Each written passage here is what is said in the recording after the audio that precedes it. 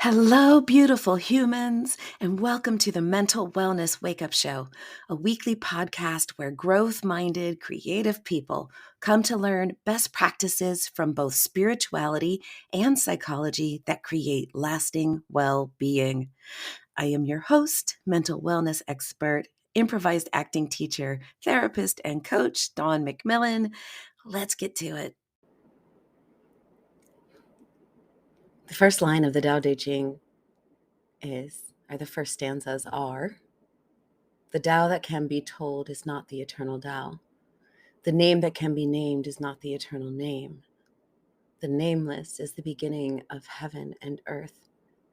The named is the mother of the 10,000 things. Ever desireless, one can see the mystery. Ever desiring, one sees the manifestations. These two spring from the same source but differ in name. This appears as darkness, darkness within darkness, the gate to all mystery. I don't know about you, but I could spend years just meditating on that very first stanza and not be certain that I had captured the meaning.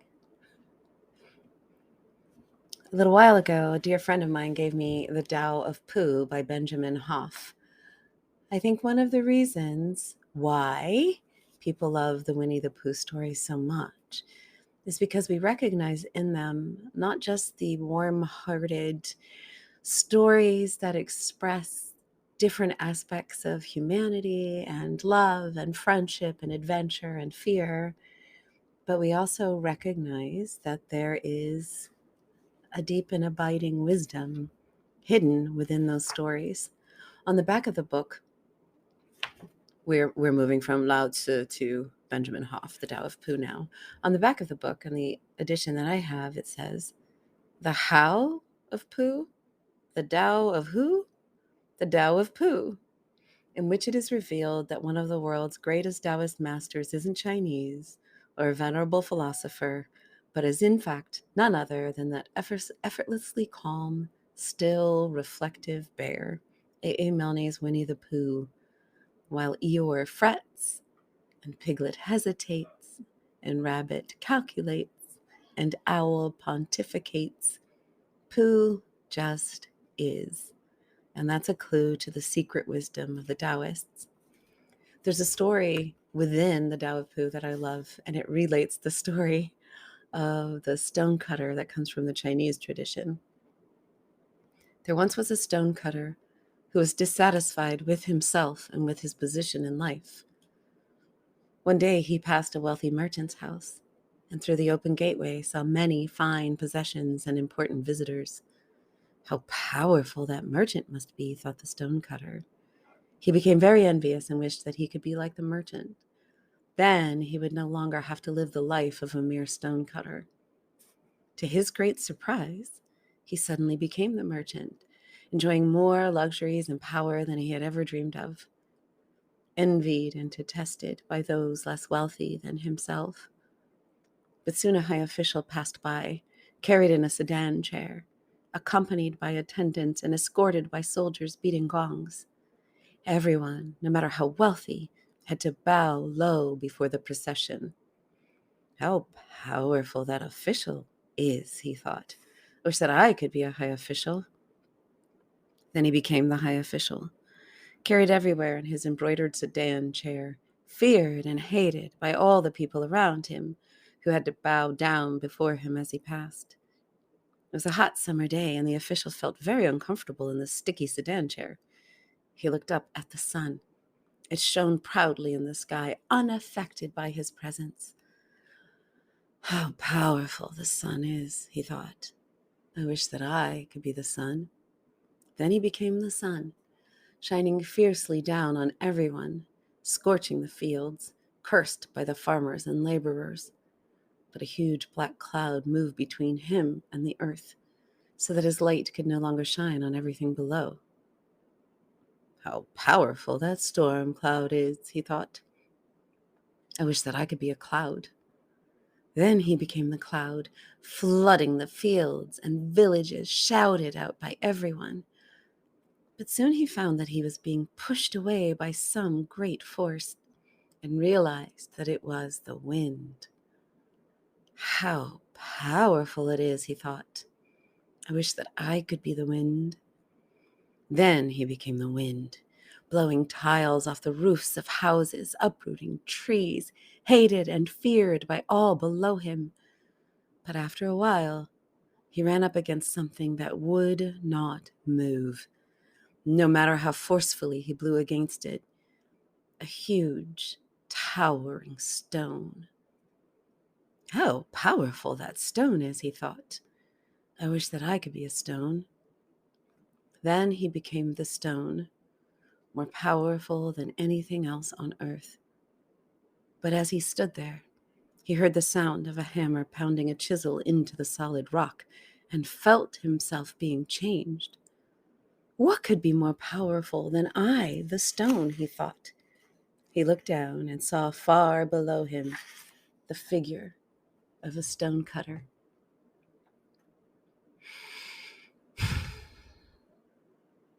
I could spend months digging into that story and possibly never comprehend what it means. Why am I reading Taoist stories to you? Because in my quest for enlightenment, I have discovered that not only do I have room to go, I have a lot of room to go, and also I have made some progress in as much as that sense of peace, that sense of oneness, that sense of connection, that sense of being completely and totally who I am, where I am, as I am, shows up more often, lasts longer. But oh boy, howdy, can I get my feathers ruffled. So, still room to grow. But as I continue on this path, and I have been challenged recently by a couple of thinkers that I've come across about the value in having a spiritual tradition. One of whom is Rainn Wilson from The Office, the actor, who's also a member of the Baha'i faith. And another one I really wish I could give credit to, but I consume so much information, it's hard to always remember from whence things come. But the notion that there is a selfishness, an individualism, and a spirituality as medication temptation when we pick and choose from a lot of different disciplines. Oh, I'm going to take this pantheon from the Hindus, and I'm going to take this ancestor grounding from West Africa, and I am going to take this meditation practice from Tibetan Buddhism and this Hatha yoga practice from over here, and a devotion to the Christ from Christianity. There's a sense in which we could, in the analogy, build a lot of shallow holes, but never dig a deep well. That there's an invitation to go deep. Like, what would it be like to devote yourself to a single practice for an extended period of time, knowing that it cannot be perfect? But what if, rather than picking and choosing and hopping around from master to master and practice to practice, trying to smorgasbord our way into some version of enlightenment? Fun fact, most of us are not trying to smorgasbord ourselves into some form of enlightenment. We're trying to smorgasbord our way out of having to experience our uncomfortable feelings and or create a life according to the blueprint we got off our Pinterest feed or Instagram or the programming we received from our culture of origin. And so I have been thinking deeply about, rather than this eclectic mix that I love and enjoy and have gotten so much value out of, what would it take to go deep? What would it take to go deep, to deeply immerse myself in one teacher? Maybe not forever, but certainly for a time. There's a podcast I follow called The One You Feed. And the guy who does it, his name is Eric something or another. And he talks about having been a dabbler for a long time and then decided to settle in on the Zen tradition, to go deep in Zen, and how that opened up levels of spiritual progress that he hadn't had before. So I also begin to wonder if part of spiritual growth is, a little bit of column A, a little bit of column B, until we pick all the low-lying fruit, as it were, get to a certain level of development where we're not buffeted quite so much by our programming or the slings and arrows of outrageous fortune, that the next step may be going back to basics and choosing a tradition, warts and all, and diving as deeply as you possibly can. And as I find myself in this place of exploration, it begins to feel as if maybe at the heart of it all, I'm a Taoist.